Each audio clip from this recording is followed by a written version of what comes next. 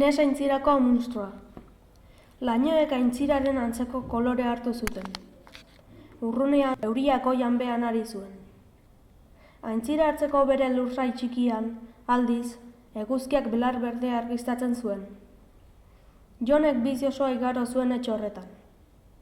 Goiz ekaitsu batean jaio zen, horrelako goiz batean. Gurasoek kontatu zioten lehen garrasia bota zuen unean, bertan ur mugimendu batek beren arreta ekarri eta urrazalera begiratu zutela. Haiengandik legoa batzuetara, buru bat pixkanaka irten zen aintziratik. Lepo luze baten gainean, hainbat metrotara altxatu zen. Gerora, munstro esan zioten zera ura horrela gelditu zen zenbat minutuz.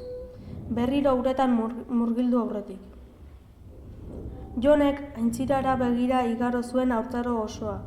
Munstro ura berriro ur azalera irtetea nahi zuen.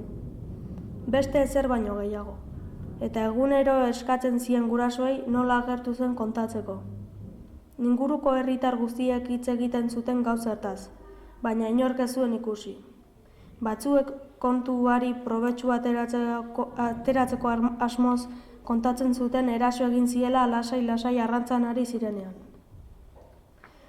Jonek uko egin zien lan eskaintza guztiei eta aintzira ertzean bizitza xume bat izatea aukeratu zuen.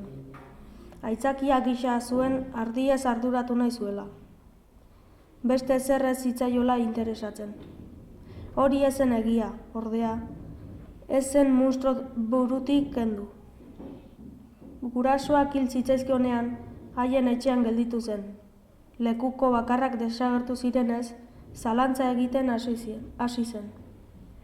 Eta irudipena izan zuen bere existentzia gezur baten gainean, zetzala.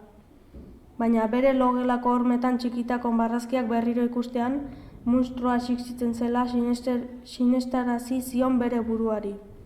Gurasoek egindako munstroaren deskribapena hain zen zehatza, ezinezkoa baitzen asmatua izatea. Makilaz lagunduta, Jonek aurrera egin zuen aintzira ertzerantz. Orain agurea zen. Haren bizia bukaera iristen ari zen. Oinak ur freskoan sartu eta txalupara igo zen. Indarrak akitu arte egin zuen arraunean. Eguzkizpiek bete-betean jotzen zuten orain. Patrikatik botila bat whisky atera eta trago batzuk edan zituen. Txalupa kulunkatzen hasi zen, olatu batek jo izan balu bezala.